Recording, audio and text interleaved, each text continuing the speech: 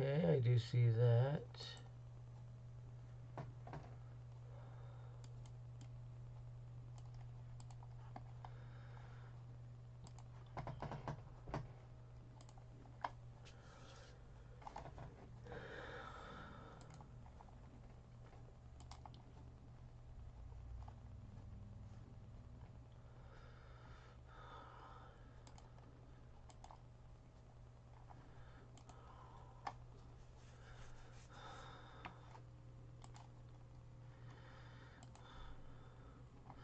Alrighty, appears we finally got her going.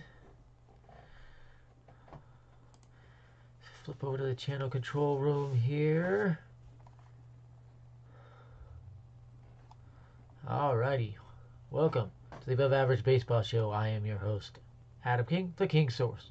See at the bottom of your screen, we are with the King Source. Go ahead and please like and share this out to all of your friends. As many people want to come, the better. So we are live. Let me work on this.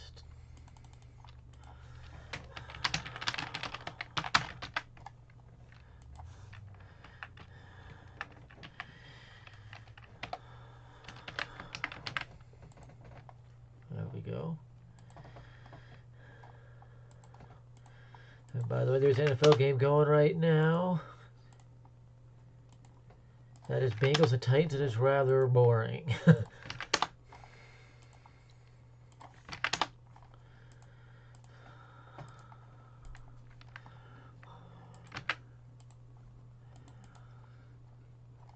Checking stuff out.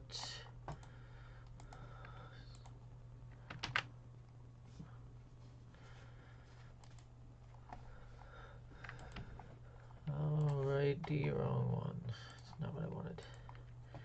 Let me finish this out. We'll get right into our agenda. You see my new format here, my new graphics. I was working pretty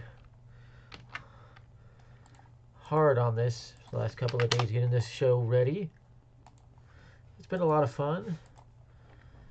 We'll get into this in just a second. I need to get this shared out for everybody.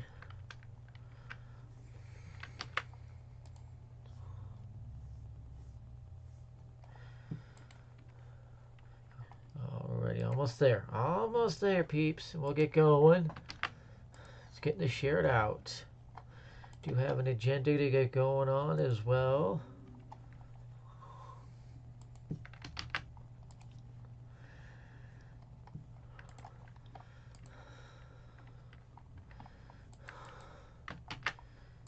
Now we'll put that up on the screen in just a second. Give me a minute. Alright. I wanted to have my King Source intro playing, but it would not work with that. It crashed, so I had to shut down and redo it, and oh, big mess. So it cost me a few minutes, but I was able to get it going.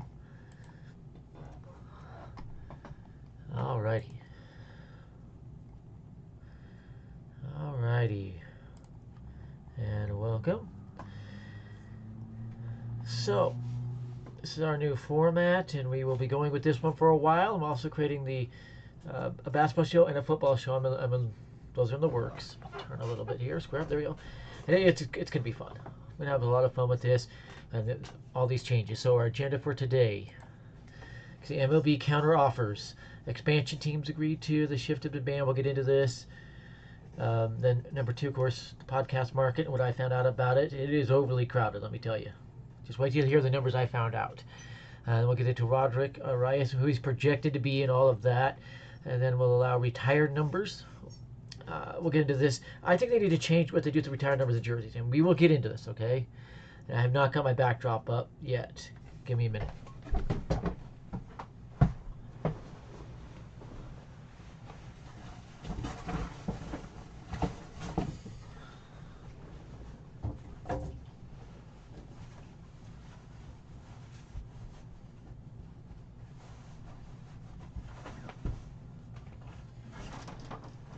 There we go. That's better.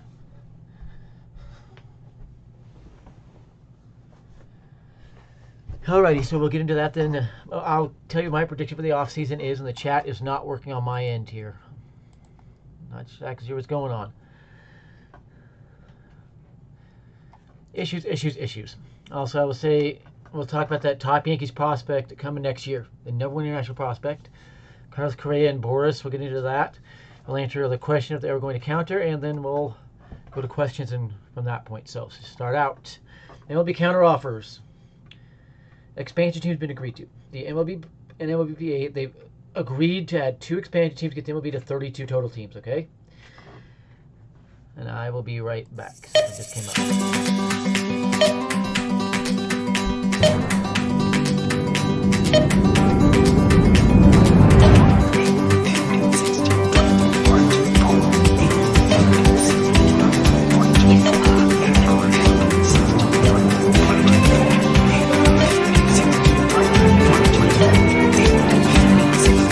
What's your IQ? You seem like a very, very intelligent man. So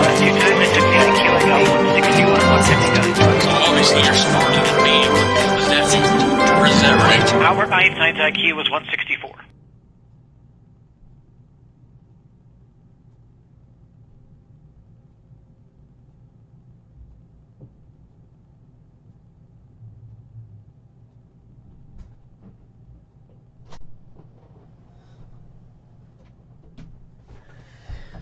Sorry, something came up.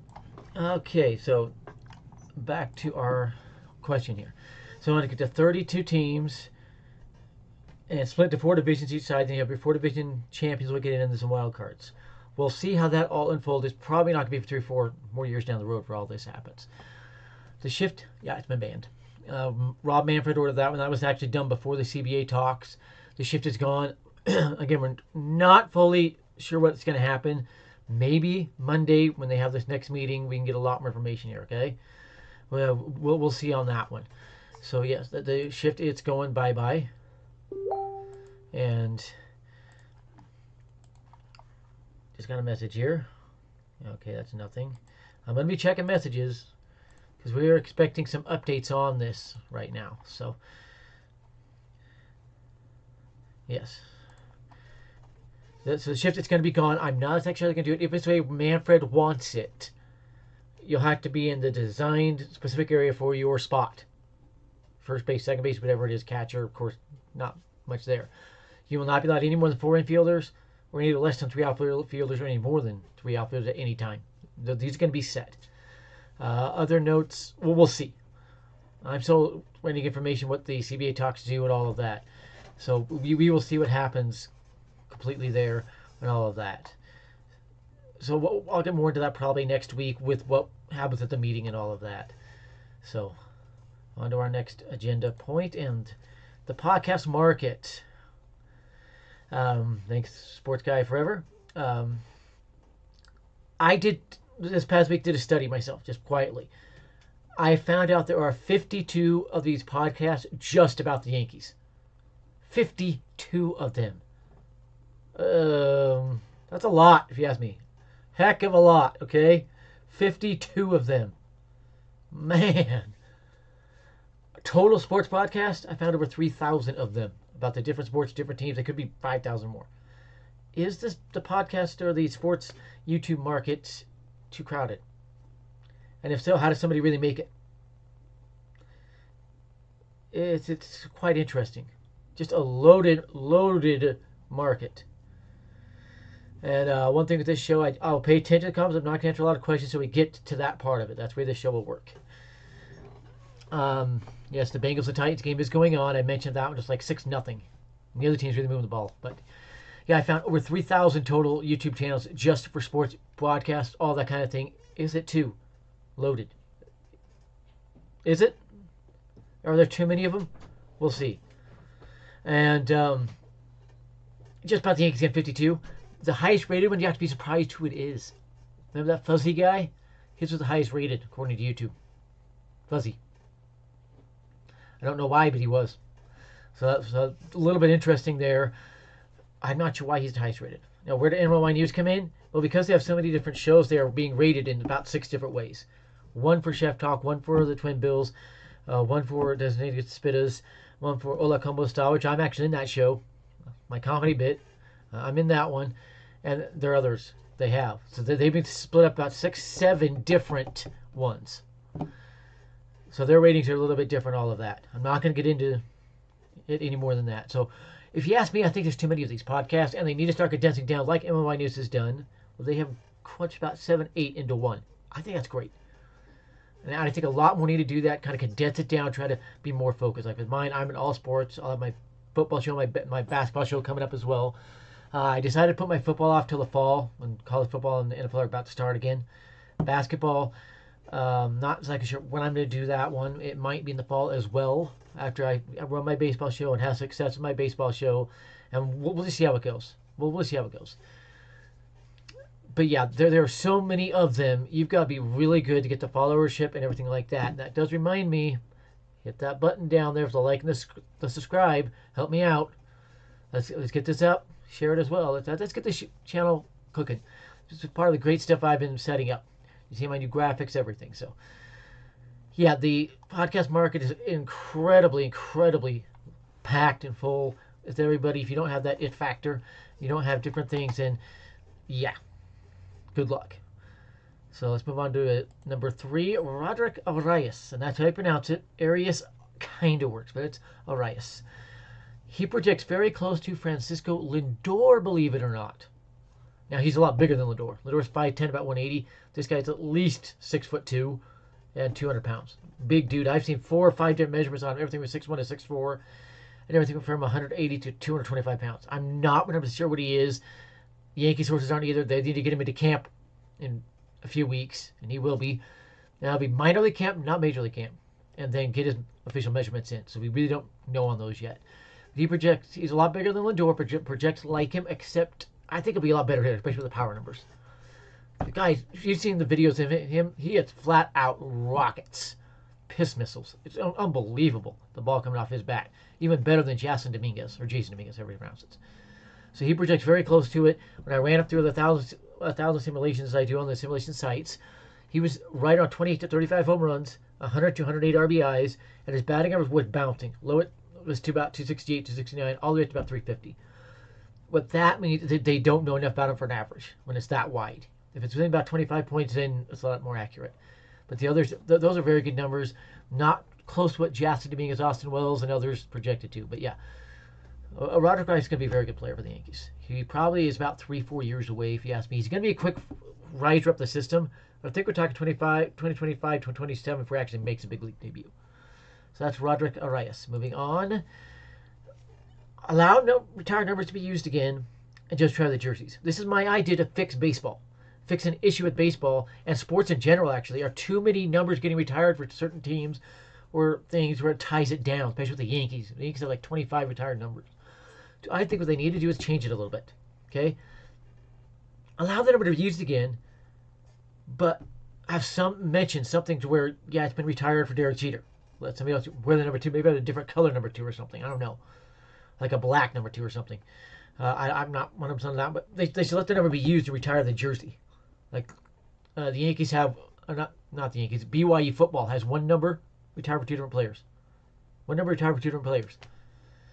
I can't remember what number it is, but some teams do that.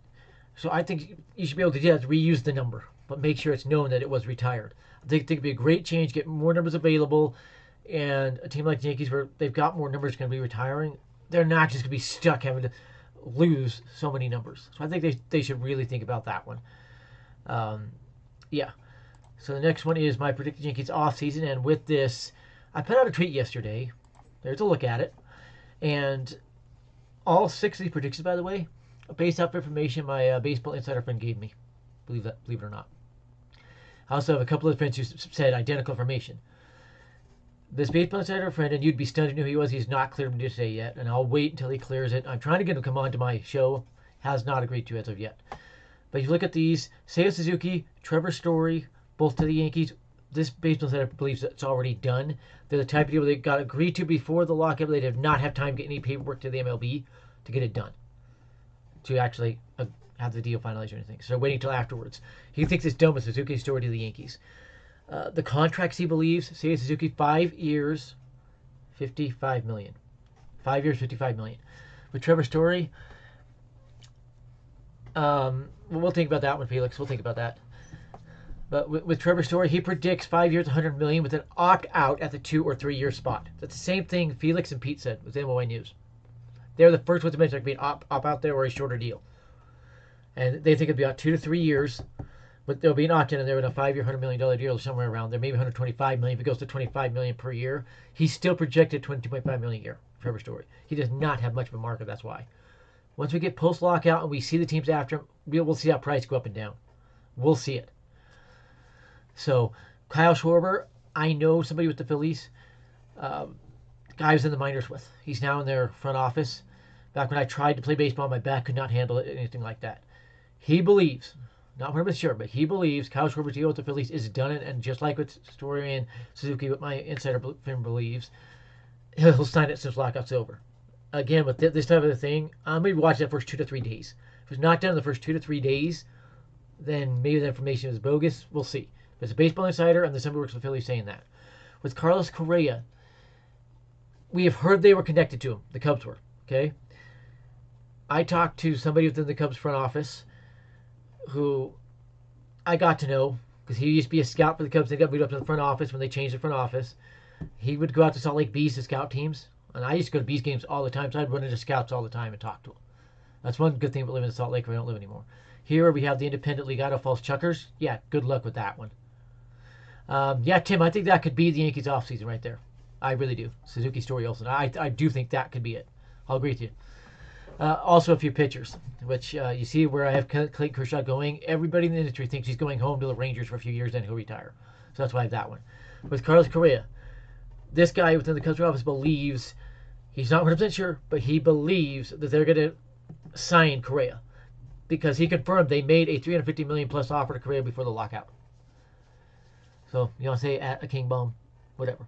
But yeah, he believes they made a $350 million plus offer with the promise to Correa they will build the team around him, which they could do that very easily. Put him at shortstop. You have Nico Goodrum, Nico Horner, Nick Goodrum, I think it is. So they have a Nick Madrigal. They've got a lot of those really good infielders in there. They could build around him, but they don't have a lot of good power bats. That's where Correa could come in handy. His swing projects very well at Wrigley Field with that basket and right and left field power alleys. So he might be very good there. And the Cubs have lots of money to spend, believe me. They just shed over $800 million in contracts, total contracts. Talking salary off the books with the trades, Bryant, Rizzo, all that, it was about $90 million. But total contracts, they shed a lot of money. So they have a lot of money to play with. I think the Cubs' payroll is down to $100 million for a team with the third richest owner in baseball. They got money. If they do come out and make that, finalize the $350 million offer, Correa's a Cub. Nobody's keeping him away from the Cubs.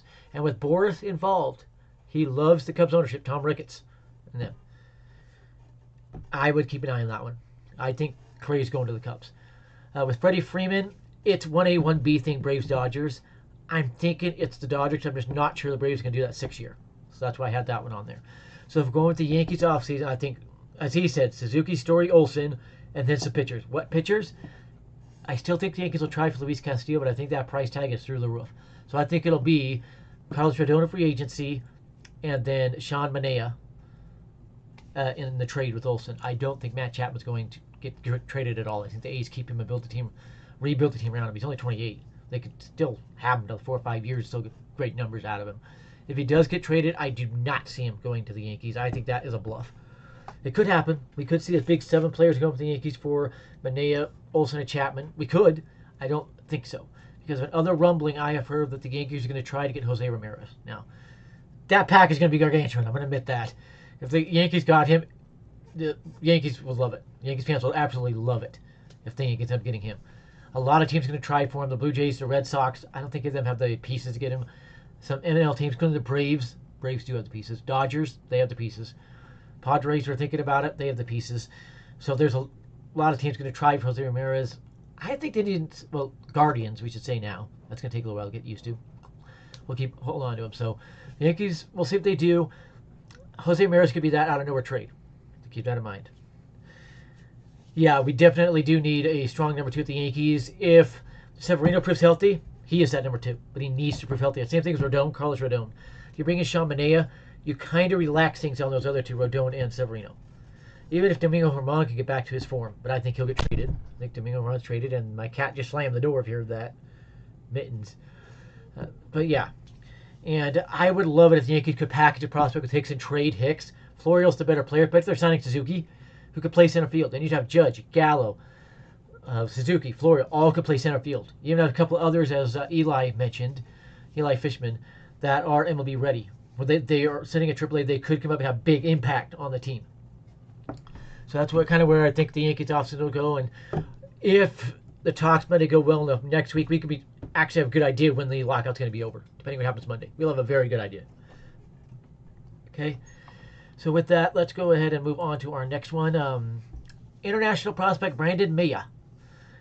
6 foot tall, 200-pound outfielder. About Gardner's size, maybe a little bit taller. Bats right-handed, though. That's one thing I have against Brandon Mayea. But he projects close to Suzuki and Magalu except power. He has not developed that power. It's the one tool he's not developed yet. If he develops the power in his bat, he'll be another Suzuki-type hitter. He's already got the average down, the contact hitting down. So, yeah, keep an eye on him. It's going to be interesting to watch. 3 out of 4 years, Yankees going to be signing the number 1 international prospect. Justin Dominguez, Roderick Arias, and now Brandon Mayea. And I think there might be an I sound in that last name. I'm not 100% to pronounce that one. I asked my aunt, who was the doctor of my grandparents from Panama, and she wasn't 100% sure how to pronounce that one. And she's from Panama, so spoke Spanish her whole life. So I'm not 100% on that one. It might be Mayea or something like that. We'll see. Once we get closer, we get proper pronunciation on that. But yeah, the Yankees going to be signing this guy, 6 foot, 5'11", plays defense at the best of him, has a not near as good arm as Justin Dominguez, but a good arm type thing. It was when Gardner's in his heyday, he had that strong arm. I think Maya's arm's a little stronger than that. But yeah, 6 foot tall, 200-pounder. Be interested to see him in the Yankee system. I don't think he'll be a fast riser. I think it'll be 2028 before he sees the bigs. So that's a breakdown of the kid the Yankees will be signing next January, the number 1 prospect as well. Yeah, we're talking about prospects. That's a good question. Austin Wells, I think his bat is ready, but the defense is so far behind, it'd be another DH or nothing guy right now. But they have a chance if they leave him in the minors another year to develop that defense. He'll be up there. Trey Sweeney, it's the opposite. His defense is ready, but that bat hasn't yet caught up. Same thing with Peraza. Oswald Peraza, I think, is getting traded, probably in the Olsen trade. So a lot of these guys like that. Volpe, I think, is ready both ways, offensively and defensively, but I think they're going to delay it. He'll be starting at AA. He'll be in AAA. I'm going to pretty much guarantee by the end of July. He'll be in AAA by end of July at the latest, and then he may be one of those 2 call-ups at the 28. They're thinking about moving it to 30 again. We'll see. It was 40, but I think he'll be one of those he could be one of those call-ups in September, if I can think of the month, and we could see Volpe that soon. So kind of look at those as pitching. Medina is getting close. I don't think he'll get up this year. Luis Medina. I think he's got a lot of pitchers named Luis. A little weird. Clark Schmidt says he wants to get back and actually have an impact on the MLB this year. We'll see. I could see him in that trade to the A's. I could. They already have James Kaprielian just now a solid starter for him. So they get another cheap starter from the Yankees. Why not go for it? So, yeah. But Austin Wells, I'm not sure he's ready. I think it might be another year before he's ready. I think he might get into spring training this year, though. I think Wells, Sweeney, Peraza, Dominguez, Volpe will all be at spring training with the Yankees this year, so they get a close look at all 5 of those guys.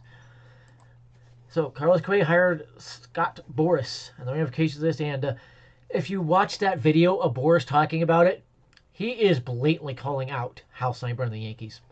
Notice how he puts that very closely. I would have played the tweet, but the person tweeted it out told me not to because of the Boras might sue if you play a video like that. So I'm not going to play it. I could have played it on here easily, but I'm not going to. But basically what he said is there are teams out there who, before the lockout, didn't know what they were going to do yet. They're still trying to figure out. But after the lockout, they will look at us and say, oh, well, this is the type of guy we're not going to see. We're just not going to get years down the road. And then they will sign him. What other team could he be talking about but the Yankees, in all seriousness? What other team? Seriously, what other team could he be talking about? The Yankees are the one team that were out there that said they weren't sure what they were going to do. Because I don't think he's talking about the Dodgers. The Dodgers are not coughing up $350 million to this point. I think the Dodgers are going to trade for Luis Castillo. I really do. They do have the pieces to get him and good enough relationship with the front offices to get him. So, yeah. Yeah. I think I think he's going to the Cubs. Correa is, but Boras, he's calling out Hal Steinbrenner and the Yankees with that statement. They don't really know what they're going to do, but after the lockout, they'll figure it out, and then they'll see this is the type of guy you're just not going to find. Well, the Yankees have a couple in the farm system now. Roderick Arias, Oswald Peraza, Anthony Volpe. Yeah, they've got some younger versions. And two of those guys are switch hitters, by the way. Peraza and Roderick Arias are switch hitters. Volpe is not. He only bats right-handed. That's one issue I have with Volpe. He does not bat left-handed, so he doesn't really bring an extra hit factor. But, yeah, so Boras, this is going to guarantee Correa at least, I'm going to say the absolute bottom, $330 million. So I think this does officially eliminate the Yankees. And that's the point I'm trying to get, see if anybody would catch it, Tim. Yes, Boras always uses the Yankees to increase contracts. Remember, he had Machado go visit the Yankees before the Padres even talked to Machado. But because he did that, the Padres came in $55 million higher than they were going to. Just make sure they got Machado. So, yeah, that's the ramifications I was going to talk about. That's a great point there from Tim Trainer there. Whenever Boras has a big free agent, he's going to use the Yankees. Corbin, Machado, Harper. He leaked stuff about the Yankees and Harper. And I think the Yankees should have signed Harper. I think that's the second biggest gap in the last 30 years by the Yankees is not signing Harper. The other is Barry Bonds. Just imagine what happens if he's got Barry Bonds. And they came in second to the Giants on Barry Bonds. So Boras always uses the Yankees. So keep that in mind if we hear things about Carlos Correa after the lockout. It's probably just Boras using him. There's a few others to keep in mind on with this. Keep in mind with this as well. Nicholas Castellanos, Chris Bryant, Boras clients. They're going to be connected to the Yankees. Keep that in mind. So, last notes. I think we covered everything I wanted to cover in this show. If you have questions, you can ask them. Again, let's take a look at the agenda just to answer some questions. You can see that question down there. I haven't touched on. Is MLB ever going to counter? That is Monday. I'll let that be to the last on purpose. And kind of remind you that, yes, they're going to. Now, the two expansion teams has agreed to. We're probably not going to hear a lot about this for a few years until they pick the cities out and such. I think Orlando will be one because they were already baseball approved. I found out 5 cities are baseball approved by MLB to be an expansion city or relocation city. Las Vegas, Nevada, Salt Lake City, Utah, and I'm not sure if Salt Lake ever gets one. Nashville, Tennessee, Brooklyn, New York, and Orlando, Florida. There we are. So those are the 5 that are already baseball approved. Now, that's why Montreal was blocked in that Tampa Rays plan. Because the MLB had not approved them, and they did not want to go through that process. Okay? So, if I had to pick where the 2 teams are, I'm thinking Las Vegas, Nevada, Orlando, Florida. That's where I would put it, because they have to put them out west just for geographical balance. You put both out east, and you screw up the balance and screw up the division setting. So I think that's where that will be. So that was agreed to. And of course, the shift, it's already been banned. This is done. But what we are waiting on is exactly how they're going to work this. What we know will happen, you'll have to have 4, no more than 4 infielders on the infield dirt. 3, no more or less than 3 outfielders. So they cannot be moving infield and outfielders back and forth now. The Dodgers like doing this. The Rays, the Red Sox have all done this. They can't do it anymore. That's done. Now, the shifting around the infield. You have to keep 3 on the same side of the bag. That's not clarified yet. They're still talking about that in the CBA talks. That what the verbiage was agreed to was you must stay in the area designated for your position. Outfield, that's easy. Right, left, center. You can shift over a little bit. That's easy. Infield is where that's going to get confusion. Can you move to the other side of that second base bag if you're the second baseman towards the third base side? Can the shortstop move over to the first base side of the second bag? Or do you have to stay on your side? That is not yet clarified. That's what Simon Eddy was trying to get at with his show the other day when they were talking about it. Somebody else was talking about it. Is we don't know that side of it. It might have been Chef. I don't know. So yeah, that's what that was going on there. So Monday, some point, it's going to be around noon Mountain Time, 2 p.m. Eastern. By then, we're going to know something there. MLB is going to counter. And I have heard through Ken Rosenthal, he actually said this when he announced it, that the MLB Players Association is about to make some concessions to try to get the deal done. And if it's not done, it's blatantly rigged. That's our Felix. Blatantly rigged. If it does, we don't get some at least progress on Monday. Saving it for that. So, Monday, early afternoon. Pay attention to Twitter if you can. If you're at work, you'll have to wait till after work. We're going to know something there. Hopefully they ratify the CBA contract. Yeah, it is a contract. Tim is correct there. It is a contract. Hopefully they ratify it so we can get back to playing baseball, get back to baseball moves, get it done. The issue we're getting to right now, and again, Simon Eddy mentioned this, Chef mentioned this, I think I mentioned on Twin Bills, let anyone know these guys, there's Mittens making her appearance. We're getting to the point where if they don't get this done soon, teams are not going to have time to sign these guys, get trades done, and get these guys into their camps, where we could be affecting spring training games, maybe the regular season. So they need to get this done quick. And it'd be very nice for me. My birthday's February 10th. My birthday is February 10th, so get it done by my birthday, then we get some good moves going. Be a good birthday. I don't want to be worrying about the lockout on my birthday. Please. Heaven forbid I have to worry about the lockout on my birthday. Anything else I want to touch on again? Anything here? The Yankees are going to be signing Brandon Mayea, the number one international prospect for next year. It's already agreed to. It was agreed to this year. But for some reason, MLB said he can't sign until next year. So he'll be a Yankee. Yankees third time in 4 years. They'll get their one prospect joining Roderick Arias and Jasson Dominguez. He is not a switcher, though. Speaking of Mayea, he only bats right-handed. So, and out of the way, Mittens. I already talked about Boras. I think that's about all I wanted to talk about today. I will say, again, Monday, pay close attention. I cannot stress this enough. Close attention early afternoon. Remember, the last time we heard of 1 p.m. Mountain Time, 3 p.m. Eastern. This one's expected a little bit earlier than that. So early afternoon on Monday, we're going to hear about something with that CBA. And again, the MLB Players Association is going to make some concessions.